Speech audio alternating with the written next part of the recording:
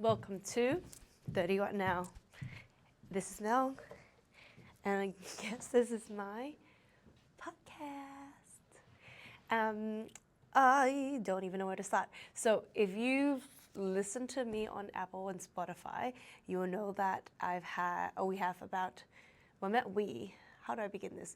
I had a co-host for 25 episodes. And even within that 25 episodes, there's probably 10 episodes that my co-host hasn't been here because he was busy with other stuff. So I just said I will interview some of my friends about different topics and everything. So I guess it was my I don't really need to know where to begin. But essentially, I had a podcast with a friend of mine who recently decided not to do the podcast anymore, and so now this has now become my podcast. One of the things that we wanted to do in the past is to have a video podcast episode, and we haven't really figured out how to do it. So this is the first video podcast I guess I will do. I am using my iPhone 11 because I am a what's that word? Poor bitch, a scrappy bitch. So you are looking at my first video podcast. I just wanted to do a quick introductions before we go straight into the topic. Welcome to 30 What Now, a podcast dedicated to millennials figuring that shit out. I'm your host, Melissa Tan. So, this is my first solo episode on my own. Actually, lies. That's a lie. I had one other episode where I was on my own, and I had a shared episode with Arian where I was kind of saying things on my own. So, but this is my first episode as a solo podcastist. For those of you who are just tuning in, I initially am doing this podcast with a co-host of mine. I probably haven't changed my cover art yet, which will happen soon, I promise. But now it's on my own because he has decided to focus on other things, which is so great for him. Because I know we understand when you're in your 30s, priorities change, right? So he's decided that this is no longer his priority, but for some reason, it's still mine. And I don't know, I feel like it's a little scary for me. So anyway, this is what the podcast this episode is going to be about. You know, the title of this episode, actually, I've drafted out to be, Am I a Loser for Holding On? I don't know whether we'll keep the podcast title. But this podcast is actually exploring about fear of doing things solo, the sunk cost fallacy, and I guess the other thing is, how do you measure worth and success? Now, before we begin, I'm just going to do a quick spruik. I'm trying to get a podcast video up on YouTube. It's something that me and Arian have thought about often that we should be doing, but we just didn't end up because of, equipment and consideration, the right time and space. So I am I'm using my iPhone 11 to film this video, and so for those who are seeing it online, so actually I'll give you a quick lowdown what's happening. I'm using a podcast studio, like a public podcast studio, to record this audioly. I am using my iPhone, to record the video, and obviously your iPhone doesn't pick up great audio, so I'm using my wireless Go recorder to record the music. We'll see. I can see that my phone has jingled, like it moved around a little bit because I kept touching the table. So I don't know. This is what being scrappy is. I might upgrade. We shall see. So anyway, let's get into this episode. So yeah, this is.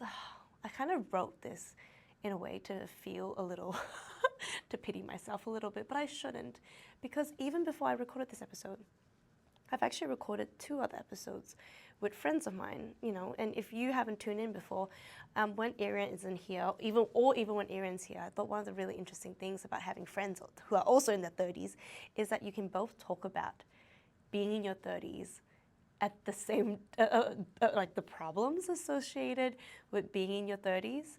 And I've had 2 friends who very willingly decided to encourage my Delulu.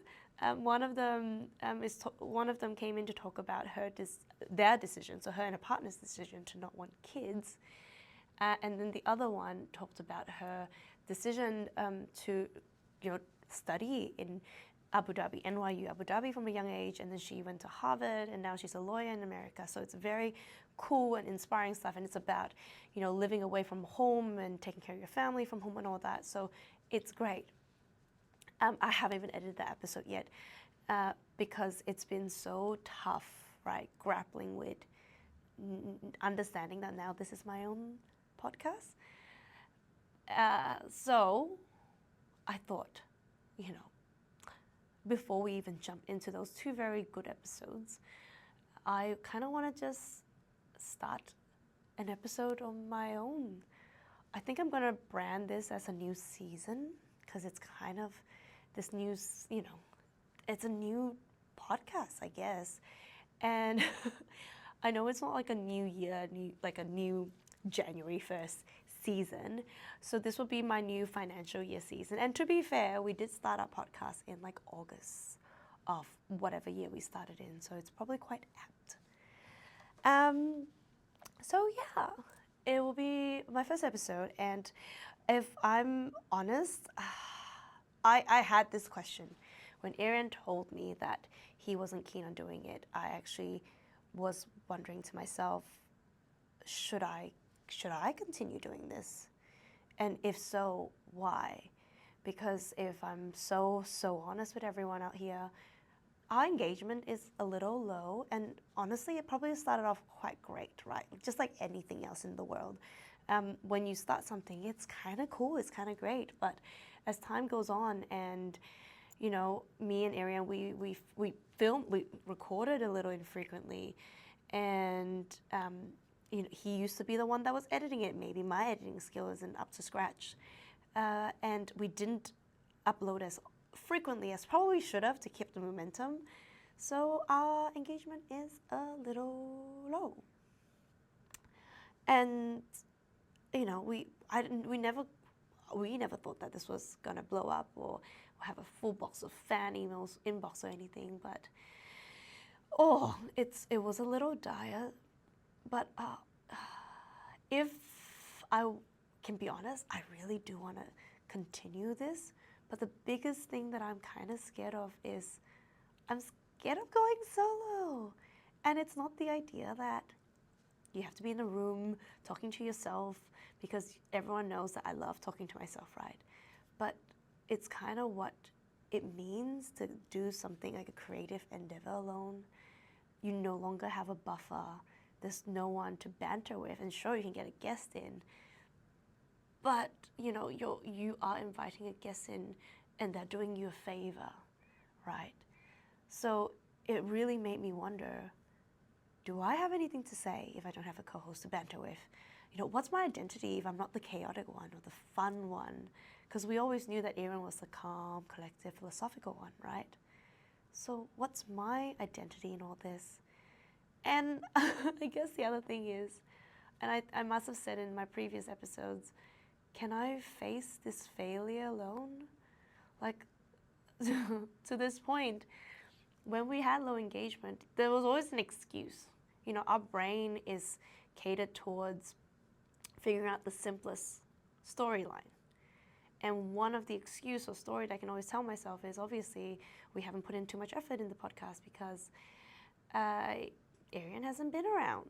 And that's fine, because it was kind of our side, fun, creative project. I don't even know if it's called a side gig.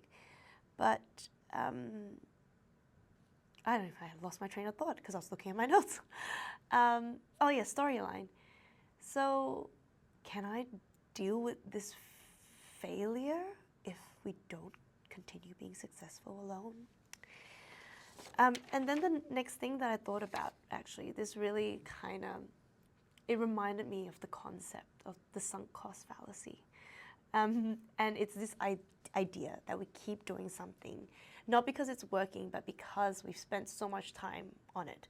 We wasted so much time on it, right? Like, we've planned the podcast, we've recorded hours of episodes. We've posted it on social media. Like at least I posted it on my social media. I I've spent time.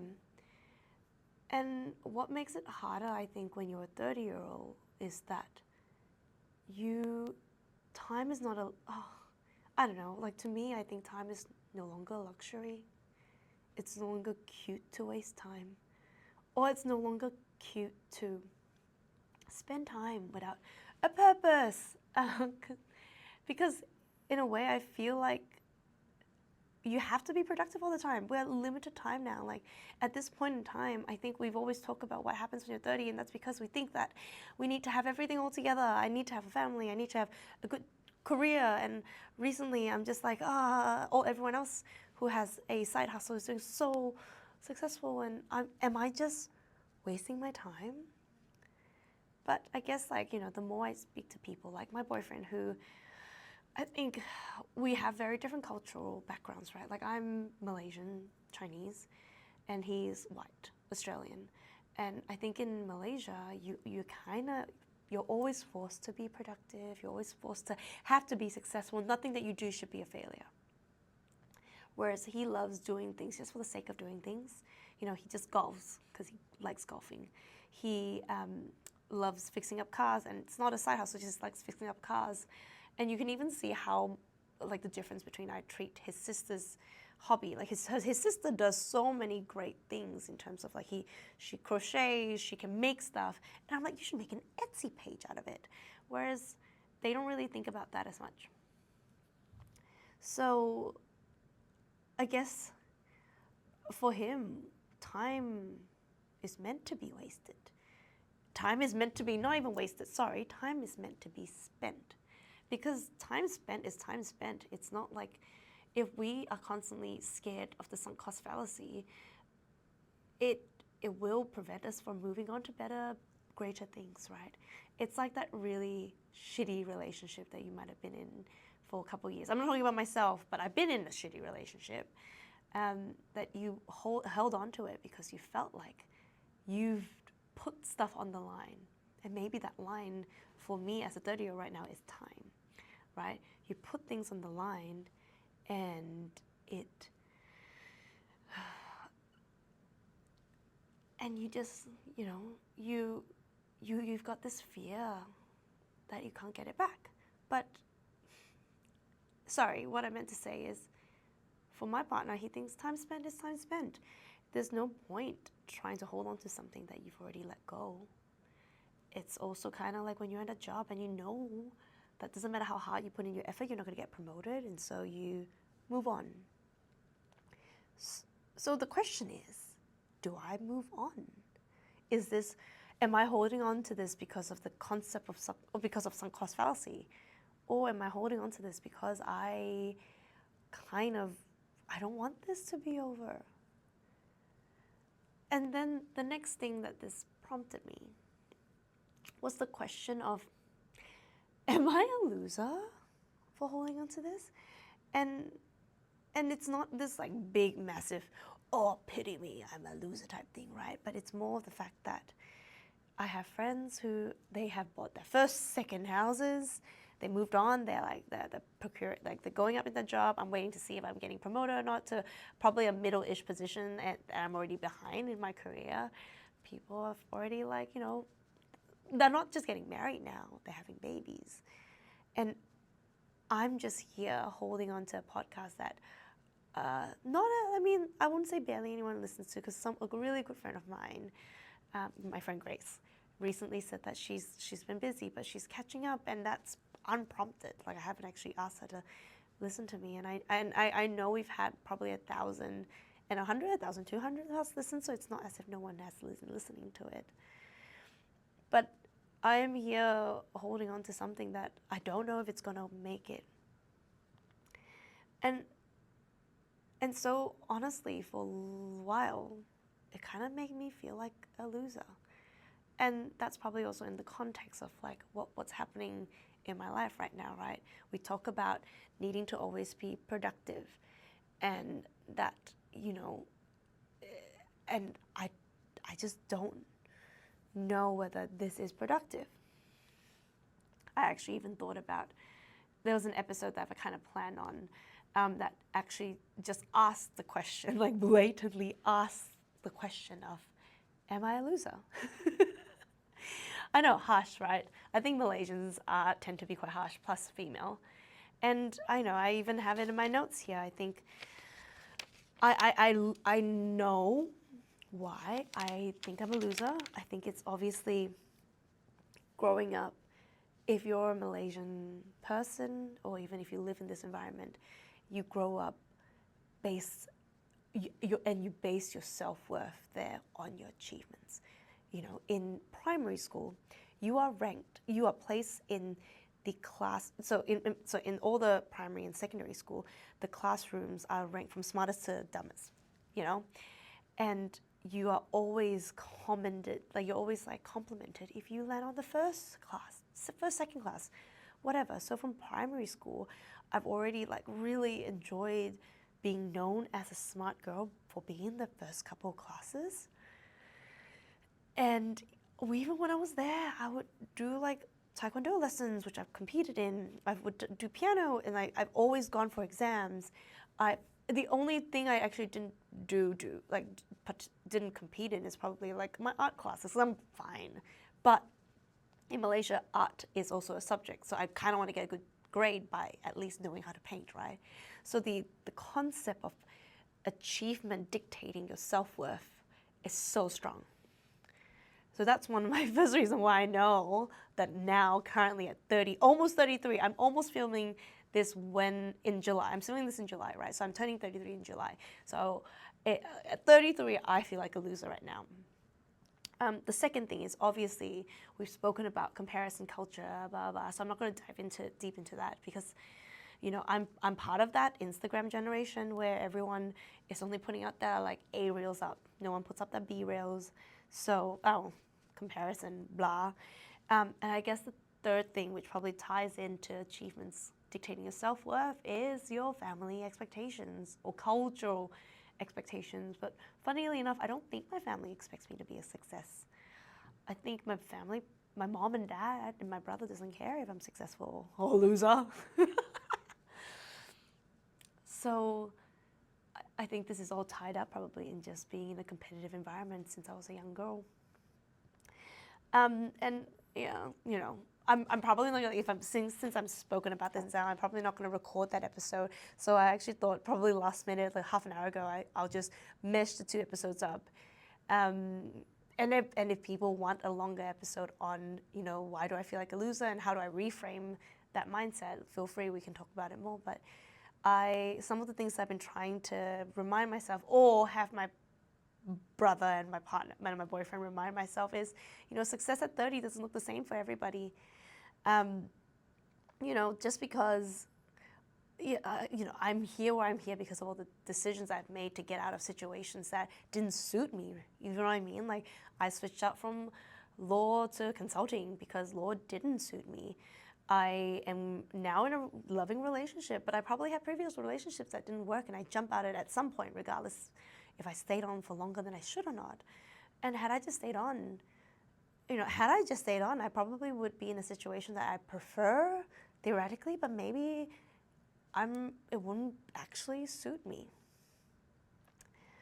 So, yeah, so like, I still feel like a loser because it's really hard to get out of my mind. Look, it's hard.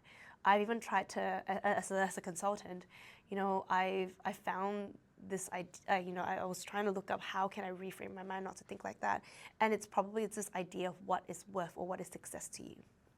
So one way of combating that feeling is to change what you think is a good KPI for your life. Like, for example, you know, one of the things I think is good for me is, you know, I've split this sort of category, like the type of KPIs you can give to yourself in a variety of categories, right? One would be like your mental, emotional health, your relationship health, your career, your creative health, health and well-being, growth and alignment, examples.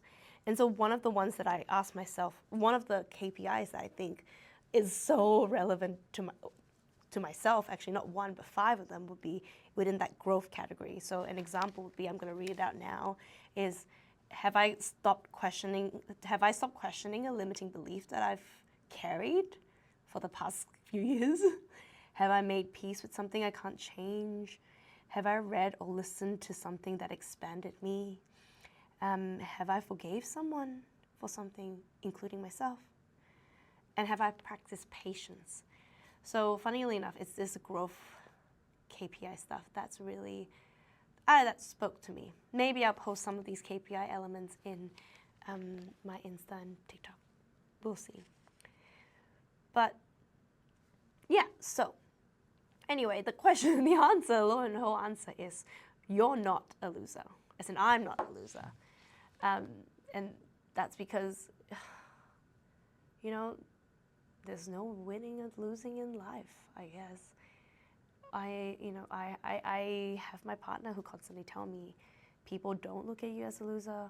No one, I would never see you as a failure, because in the end, the person that's harshest on yourself is, the person that's harshest on you is yourself.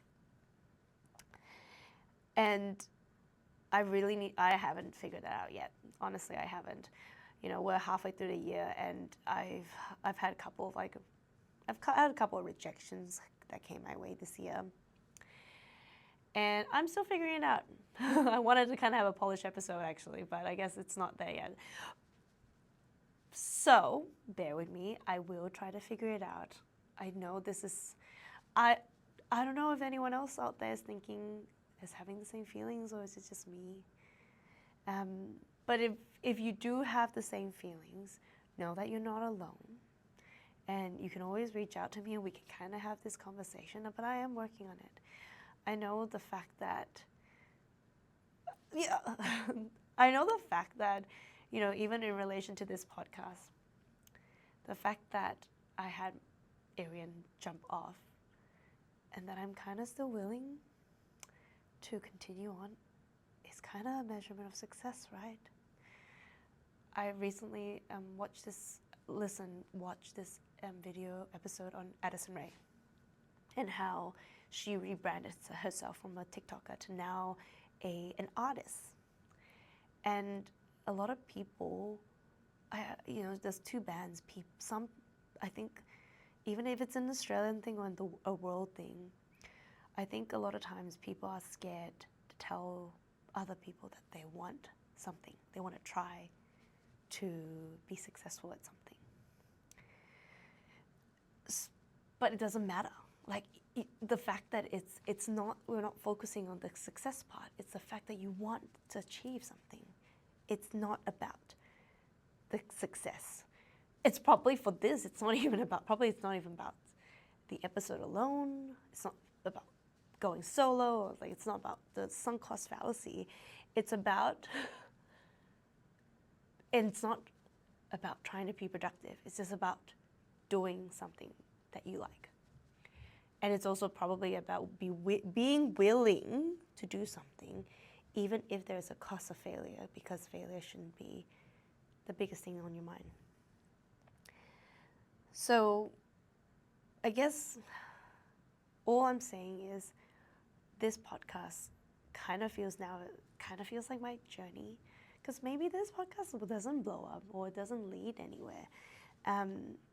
But I guess it's given me quite a fair bit of things. I think it's given me a voice.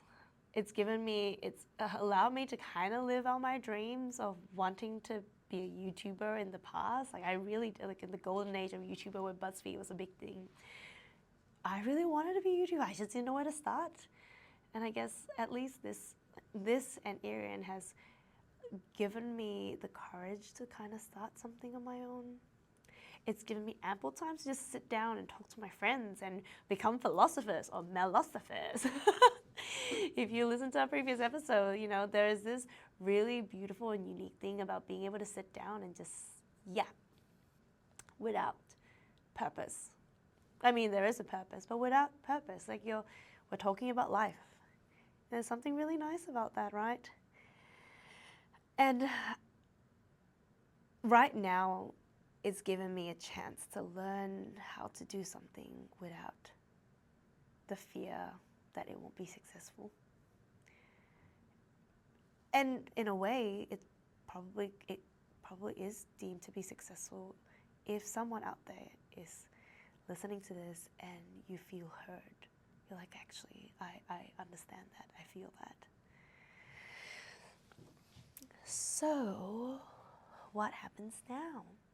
Do I keep going? So the answer is yes. I feel like my whole episodes basically, it comes down to the fact that yes, I do want to keep going, but I don't want to keep doing this with the fear. I don't want to do this out of fear or out of ego. I just want to do something real here. Like this is a new era for me. I'm being a little bit more vulnerable being out there. And in a way, if this fails, it's a little bit more embarrassing, but it's not all about that. I'm trying to get rid of that thought. It's fine. Because if one person out there is listening to this while they're walking, running, listening to this while they're doing their work, and you feel like you relate, because you're not the only one wondering, am I falling behind? Why am I here and not there? Or what is wrong with me? Then I think, if you're out there thinking that and you're afraid that you're the only one that's thinking that, then you're not. And I hope that this makes you feel better, because I'm trying to get out of that mindset. It's hard being a 30-year-old right now. It is. So I guess that's that. This took a little, I'm not gonna lie, I had to write out a script, and I have read my script once in a while, and I thought that it wouldn't be as smooth and I wouldn't be able to ad-lib, include bits of me proper. But I think it's okay. I think I've only taken half an hour to record this episode. Tell me, did this resonate with you? Do you like this type of episode? Even if you have any comments, I would love to hear from you. So you can DM me, call me, message me if you're my friends. Tell me, what do you think? Because I guess I would properly love your feedback now, because this season's gonna look a little different. So, thank you for listening to me. I know this is, my brother really, my brother told me, you gotta be careful not to sound sound so sad. Because we go back to that whole concept of who am I without a banter, without a buffer. I think deep down, I'm a sad person. Deep down, I'm a sad person, and I listen and I talk about my sadness in laughter, because that way, hopefully, it's not sad. So I'm trying harder to make this into a sad episode, but I think there's a bittersweet to it. It's exciting for me. It's a little scary for me. It's sad for me. But if one of you is out there and you're listening in and you like it, I guess that's enough. No, that's enough. And I appreciate you so much, even more than before. You have no idea now. So, guess that's sad. I wanted a cool way to end the episode, but I forgot what I was going to say. So I guess I will catch you later.